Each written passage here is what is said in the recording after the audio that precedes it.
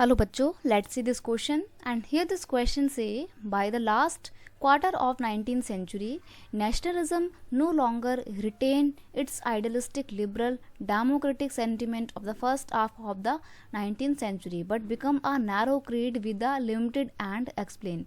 यानी कि क्वेश्चन में आपसे बोला है कि 19th सेंचुरी तक आते आते जो उनका आइडिया था इम्पीरियलिस्ट का वो कमज़ोर होता चला गया और डेमोक्रेटिक सेंटिमेंट्स जो हैं वो सोसाइटी में हावी होते चले गए. लिबरल्स के आइडियाज़ को एक आइडियलिस्टिक सोसाइटी का नाम दिया जाने लगा.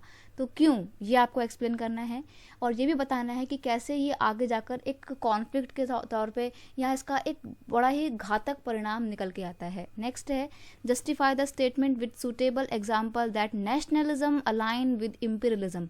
यानी कि आपको बताना है कि नेशनलिज्म और इम्पीरियलिज्म दोनों साथ साथ चले and this led Europe to disaster in 1914. और फिर आगे जाके यही इनका साथ में चलना, अलाइन होकर चलना यूरोप में एक डिजास्टर लेकर आया था, एक भयंकर आपदा कह सकते हो आप लेकर आया था.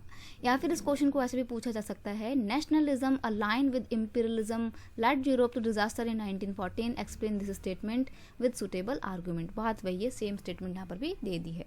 तो स्टार्ट करते हैं इसको समझना. तो यहाँ पर हम समझेंगे कि कैसे नेशनलिज्म और इम्पीरियलिज्म दोनों साथ साथ चल रहे थे और बाद में जाके इसके बड़े ही भयंकर परिणाम होते हैं. तो स्पेसिफिक कोई की कॉन्सेप्ट हम नहीं दे पाएंगे क्वेश्चन को, बस देखेंगे रिलेशन क्या है नेशनलिज्म एंड इम्पीरियलिज्म में और कैसे ये डिजास्टर होता है प्रूव, ये देखते हैं.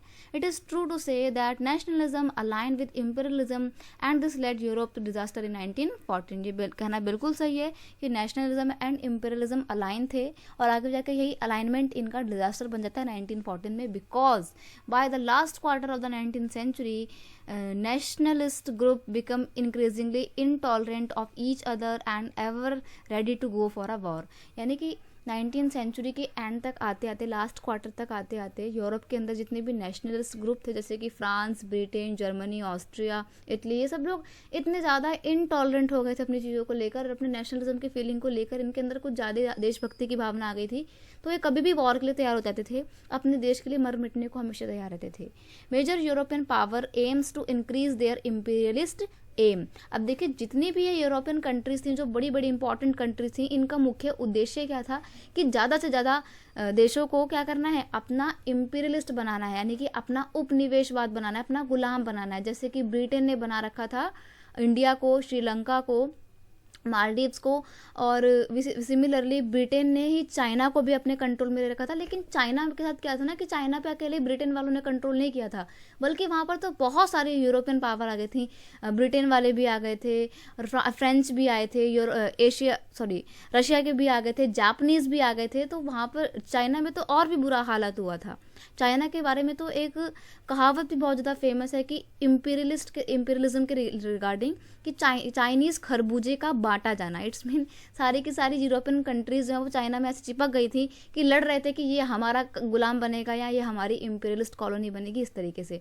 तो हर यूरोपियन कंट्री का ये आइडिया था कि उनके अंदर यूरोप में तो नेशनलिज्म की फीलिंग आए. जैसे इटालियन यूनिफिकेशन हुआ था, जर्मन यूनिफिकेशन हुआ था, तो इन यूरोपियन कंट्रीज़ के अंदर खुद तो देशभक्ति की भावना आ रही थी इनके लोगों के अंदर, लेकिन उस देशभक्ति की भावना को इन्होंने गलत तरीके से इस्तेमाल किया और बाकी के देशों को, जो छोटे मोटे गरीब देश थे जैसे कि इंडिया जैसे देश, इनको अपना गुलाम बनाया इनकी नेशनलिज्म की सी फीलिंग ने.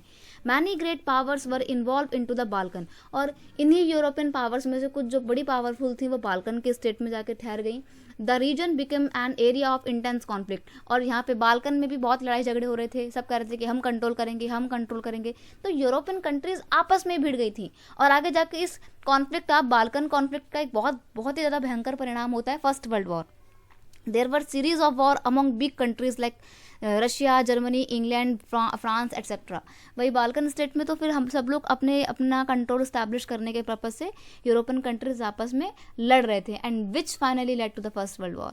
और फाइनली क्या होता है भाई, 1914 में फर्स्ट वर्ल्ड वॉर की शुरुआत हो जाती है और वॉर की एंडिंग होती है 1919 में वर्साई के ट्रीटी के साथ.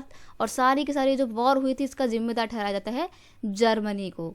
तो लड़ाई सबने लड़ी इम्पीरियलिज्म के लिए, अपना गुलाम बनाने के लिए, कॉलोनी इस्टेब्लिश करने के लिए, लेकिन इन द एंड जब सब लोग बिल्कुल तबाह हो गए तो सारा का सारा ब्लेम थोपा गया जर्मनी के ऊपर. तो यहाँ पे हमने देखा कि कैसे नेशनलिज्म एंड इम्पीरियलिज्म साथ साथ चल तो रहे थे, लेकिन आगे जाके इसने बहुत ही भयंकर परिणाम दिए।